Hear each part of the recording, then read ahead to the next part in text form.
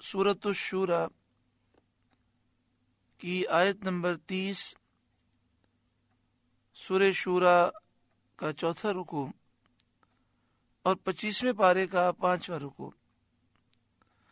اللہ رب العالمین نے ارشاد فرمایا،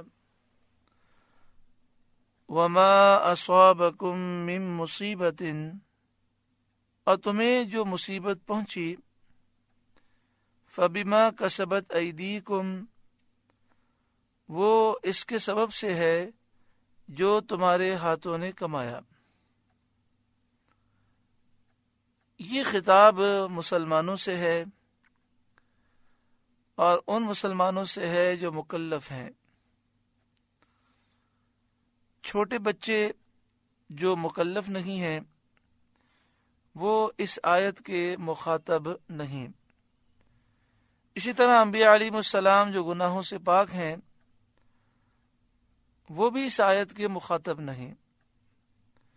اس آیت میں مسلمان مکلفین سے خطاب کیا گیا اور فرمایا گیا، اور تمہیں جو مصیبت پہنچی وہ اس کے سبب سے ہے جو تمہارے ہاتھوں نے کمایا، یعنی جو تم نے گناہ کیے ان گناہوں کی وجہ سے تمہیں مصیبتیں پہنچتی ہیں۔ مراد یہ ہے کہ دنیا میں جو تکلیفیں اور مصیبتیں مومنین کو پہنچتی ہیں اکثر ان کا سبب ان کے گناہ ہوتے ہیں۔ ان تکلیفوں کو اللہ تعالیٰ ان کے گناہوں کا کفارہ کر دیتا ہے، اور کبھی مومن کی تکلیف اس کے درجات کی بلندی کے لیے ہوتی ہے، جیسا کہ بخاری شریف اور مسلم شریف کی حدیث میں موجود ہے۔ بعض گمراہ فرقے جو تناسخ کے قائل ہیں، تناسخ کا مطلب یہ ہوتا ہے کہ وہ ایک نیا جنم مانتے ہیں، جیسے ہندو وہ تناسخ کے قائل ہیں، وہ کہتے ہیں انسان مرنے کے بعد پھر دوبارہ کسی دوسری شکل میں آ جاتا ہے،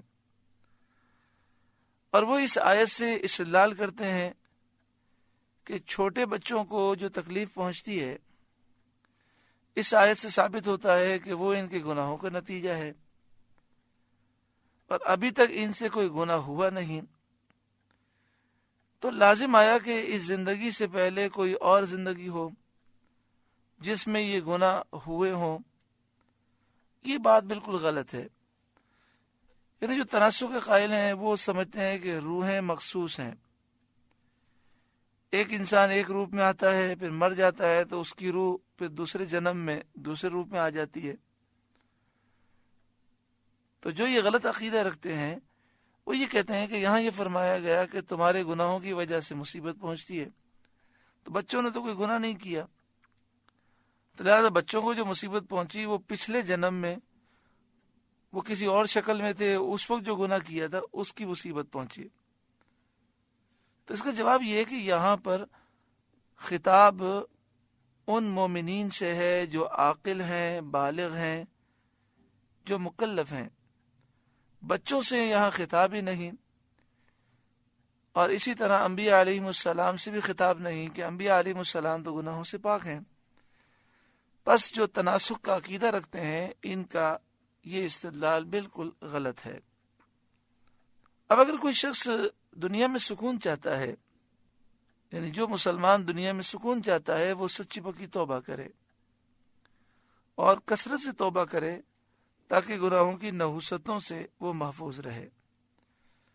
وَيَعْفُو عَنْ كَثِيرٍ، اور بہت کچھ تو معاف فرما دیتا ہے، یعنی بہت سے ایسے گناہ ہیں جن کی نحوست انسان پر نہیں آتی، اور کچھ ایسے گناہ ہیں جن کی نحوستوں سے پریشانیاں آتی ہیں، مصیبتیں، آفتیں، بلائیں، فکریں آتی ہیں۔ اللہ تعالی ہمیں سچی پکی توبہ نصیب فرمائے اور ایک پاکیزہ زندگی نصیب فرمائے۔ وَمَا أَنْتُمْ بِمُعْجِزِينَ فِي الْأَرْضِ، اور تم زمین میں قابو سے نہیں نکل سکتے، یعنی جو مصیبتیں تمہارے لیے مقدر ہو چکی ہیں، مقرر ہو چکی ہیں، ان مصیبتوں سے کہیں بھاگ نہیں سکتے، بچ نہیں سکتے۔ وَمَا لَكُم مِّن دُونِ اللَّهِ مِن وَلِيٍّ وَلَا نَصِيرٍ، اور نہ اللہ کے مقابل تمہارا کوئی دوست، نہ مددگار، کہ اللہ کی مرضی کے خلاف کوئی تمہیں مصیبت اور تکلیف سے بچا سکے، ایسا ہرگز نہیں ہوگا۔ وَمِنْ آیَاتِهِ الْجَوَارِ فِي الْبَحْرِ كَالْأَعْلَامِ، اور اس کی نشانیوں میں سے ہیں دریا میں چلنے والیاں جیسے پہاڑیاں۔ دریا میں جو کشتیاں اور بحری جہاز چلتے ہیں پہاڑوں کی طرح، یہ اللہ تعالیٰ کی نشانیوں میں سے ہیں۔ إِن يَشَأْ يُسْكِنِ الرِّيحَ فَيَظْلَلْنَ رَوَاكِدَ عَلَى ظَهْرِهِ، وہ چاہے تو ہوا تھما دے کہ اس کی پیٹھ پر ٹھہری رہ جائیں، یعنی اللہ تعالیٰ چاہے تو اس ہوا کو روک دے، تھما دے، جو ہوا کشتیوں کو چلاتی ہے، پھر کشتیاں دریا کے اوپر ٹھہری رہ جائیں اور وہ چلنے نہ پائیں۔ لیکن اللہ کا فضل ہے کہ نہ کشتیاں ڈوبتی ہیں، نہ ان کو چلنے میں دشواریاں آتی ہیں، لیکن جب اللہ چاہتا ہے تو طوفان سے دشواریاں بھی آتی ہیں اور کشتیاں غرق بھی ہو جاتی ہیں۔ اور جب کشتیاں غرق ہوتی ہیں تو انسان کو یہ پیغام ملتا ہے کہ تیری طاقت کا کچھ دخل نہیں، سب رب العالمین کے کرم پر ہے، جب تک وہ چاہتا ہے انسان فائدہ اٹھاتا ہے۔ ان فی ذلک لآیات لکل صبار شکور، بے شک اس میں ضرور نشانیاں ہیں ہر بڑے صابر شاکر کو۔ صابر شاکر سے صبر کرنے والا اور شکر کرنے والے سے مراد مومن ہے جو مخلص ہے، جو سختی و تکلیف میں صبر کرتا ہے، راحت عیش آرام میں شکر کرتا ہے۔ او یوبقہن بما کسبوا، یا ان کشتیوں کو اللہ تباہ کر دے لوگوں کے گناہوں کے سبب، یعنی اللہ چاہے تو ان کشتیوں کو غرق کر دے ان لوگوں کے گناہوں کے سبب جو ان کشتیوں پر سوار ہیں۔ وَيَعْفُو عَنْ كَثِيرٍ، اور بہت کچھ معاف فرما دے، بہت کچھ گناہوں میں سے وہ چاہے تو معاف کر دے، یعنی ان پر عذاب نہ کرے۔ وَيَعْلَمَ الَّذِينَ يُجَادِلُونَ فِي آيَاتِنَا، اور جان جائیں وہ جو ہماری آیتوں میں جھگڑتے ہیں، یعنی جو ہماری آیتوں میں جھگڑا کرتے ہیں وہ جان لیں گے۔ مَا لَهُم مِّن مَّحِيصٍ، کہ انہیں کہیں بھاگنے کی جگہ نہیں، اللہ کے عذاب سے کوئی بھاگ نہیں سکتا۔ فَمَا أُوتِيتُم مِّن شَيْءٍ فَمَتَاعُ الْحَيَاةِ الدُّنْيَا، تمہیں جو کچھ ملا ہے وہ جیتی دنیا میں برتنے کا ہے۔ تمہارے پاس جو دنیاوی مال اور اسباب و سامان ہے وہ صرف دنیا کی زندگی کا سامان ہے، جو زندگی چند روز کی زندگی ہے، اس زندگی کو بقا نہیں۔ وَمَا عِندَ اللَّهِ خَيْرٌ وَأَبْقَى لِلَّذِينَ آمَنُوا وَعَلَى رَبِّهِمْ يَتَوَكَّلُونَ، اور جو اللہ کے پاس ہے بہتر ہے اور زیادہ باقی رہنے والا ہے ان کے لیے جو ایمان لائے اور اپنے رب پر بھروسہ کرتے ہیں۔ یعنی اللہ تعالیٰ کے پاس جو ثواب ہے وہ بہتر ہے، ہمیشہ اس کے فوائد رہیں گے، اور یہ ثواب، یہ جنت ان کے لیے ہے جو ایمان لائے اور اپنے رب پر بھروسہ کرتے ہیں۔ اس آیت کریمہ کا شان نزول یہ ہے کہ یہ آیت حضرت ابو بکر صدیق رضی اللہ تعالی عنہ کے حق میں نازل ہوئی۔ جب آپ نے اپنا سارا مال صدقہ کر دیا تو اس پر عرب کے لوگوں نے آپ کو ملامت کی، تو اللہ تعالیٰ نے فرمایا کہ جو تمہارے پاس ہے سب دنیا کا سامان ہے۔ جب صدیق اکبر نے یہ دنیا کا سامان اللہ کی راہ میں دے دیا تو اس کے بدلے میں جو اللہ کے پاس ثواب ہے وہ بہت بہتر ہے۔ تو یہ ثواب ان لوگوں کے لیے بہتر ہے جو ایمان لائے اور اپنے رب پر بھروسہ کرتے ہیں۔ والذین یجتنبون کبائر الاسم والفواحش، اور وہ جو بڑے بڑے گناہوں اور بے حیائیوں سے بچتے ہیں،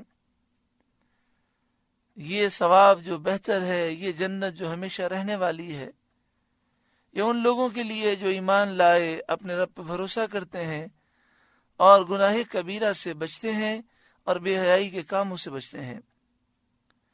وَإِذَا مَا غَضِبُوا هُمْ يَغْفِرُونَ، اور جب غصہ آئے معاف کر دیتے ہیں۔ قرآن مجید فرقان حمید جب بندہ سنے تو ایک عزم رکھے کہ مجھے عمل کرنا ہے، گناہ صغیرہ کبیرہ سے ہم اجتناب کریں گے، بے حیائی کے کاموں سے انشاءاللہ اجتناب کریں گے، اپنے رب پر بھروسہ رکھیں گے۔ وَإِذَا مَا غَضِبُوا هُمْ يَغْفِرُونَ، اور جب غصہ آئے تو وہ انتقام نہیں لیتے بلکہ معاف کر دیتے ہیں۔ وَالَّذِينَ اسْتَجَابُوا لِرَبِّهِمْ، اور وہ جنہوں نے اپنے رب کا حکم مانا، ان کے لیے یہ جنت ہے۔ اللہ ہمیں بھی فرما بردار بنائے، اپنا حکم ماننے کی توفیق عطا فرمائے، اور ہم انتقام نہ لیں، اپنے مسلمان بھائیوں کو معاف کر دیں۔ وَأَقَامُوا الصَّلَاةَ، اور انہوں نے نماز قائم رکھی۔ یہ آیت انصار کے حق میں نازل ہوئی، جنہوں نے اپنے رب کی دعوت قبول کر کے ایمان اور طاعت کو اختیار کیا۔ والذین استجابوا لربہم، اور وہ جنہوں نے اپنے رب کا حکم مانا۔ اس آیت کے متعلق فرمایا کہ یہ آیت انصار اہل مدینہ جو مسلمان تھے، جو صحابہ تھے، ان کے حق میں نازل ہوئی، جنہوں نے اپنے رب کی دعوت قبول کر کے ایمان اور طاعت کو اختیار کیا۔ وَأَقَامُوا الصَّلَاةَ، اور نماز قائم رکھی، یعنی اس پر ہمیشگی کی۔ وَأَمْرُهُمْ شُورَىٰ بَيْنَهُمْ، اور ان کا کام ان کے آپس کے مشورے سے ہے، یعنی وہ جلدی نہیں کرتے اور اپنے آپ کو عقل کل نہیں سمجھتے، خود رائے نہیں کرتے، بلکہ مشورہ کر کے جو درست راہ ہوتی ہے اسے اختیار کرتے ہیں۔ حضرت حسن رضی اللہ تعالیٰ عنہ نے فرمایا، جو قوم مشورہ کرتی ہے وہ سیدھے راستے پر ہوتی ہے، وہ صحیح راہ پر پہنچتی ہے۔ وَمِمَّا رَزَقْنَاهُمْ يُنْفِقُونَ، اور ہمارے دیے میں سے کچھ ہماری راہ میں خرچ کرتے ہیں۔ یہ ان لوگوں کا ذکر ہو رہا ہے جن کے لیے آخرت کی نعمتیں ہیں۔ وَالَّذِينَ إِذَا أَصَابَهُمُ الْبَغْيُ هُمْ يَنْتَصِرُونَ، اور وہ کہ جب انہیں بغاوت پہنچے بدلہ لیتے ہیں، یعنی جب ان پر کوئی ظلم کرے تو انصاف سے بدلہ لیتے ہیں، اور بدلے میں حد سے تجاوز نہیں کرتے، جتنا ظلم ہوا اتنا ہی بدلہ لیتے ہیں۔ حضرت ابن زید کا قول ہے کہ مومن دو طرح کے ہیں، ایک وہ ہیں جو ظلم کو معاف کرتے ہیں۔ پہلی آیت میں ان لوگوں کا ذکر فرمایا گیا جو ظلم کو معاف کرتے ہیں۔ دوسرے مومن وہ ہیں جو ظالم سے بدلہ لیتے ہیں، اس آیت میں ان کا ذکر ہے۔